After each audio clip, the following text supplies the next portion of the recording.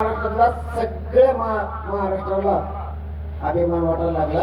म्हणून जरा बरेच शब्द बोलत नाही, स्तुती करत नाही. आपला स्तुती करायला सवय नाही. ते आहे त्या खाटकन सांग त्याच्यात काय राहिले लोक मागण्यात नाही राहिले.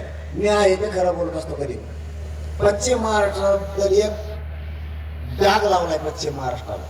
कोणीतरी कधी म्हणलं असं आम्हाला भरपूर आहे, तेच शब्दगिरी देत. आता 10 एकर जमीन तुमच्याजवळ असल्यावर 50 वर्षांनी नाही गाडी एकरावर यायची. आणि 2 एकरवाला गुण तेवढंच येईल. एकरवाला शिकवायचे कसे? तुमच्या शेतीतलं उत्पन्न झालेलं तुम्हाला पैसा राहील. नोकरीतून आलेला तुम्ही श्रीमंत होणार आहेत. ही जाणीव पश्चिम महाराष्ट्रात झाली. त्याबद्दल मी लय खुश आहे. पश्चिम महाराष्ट्रात घुसल्यापासून एकही गाव मोकळं नाही व्हा. आता आम्ही इथून तिथून आलो. तुम्ही कोणी खोटं बोलता पण पोलीस सरकारला रिपोर्ट द्यावा लागतो की नाही? इथून तिथून लोक आहेत.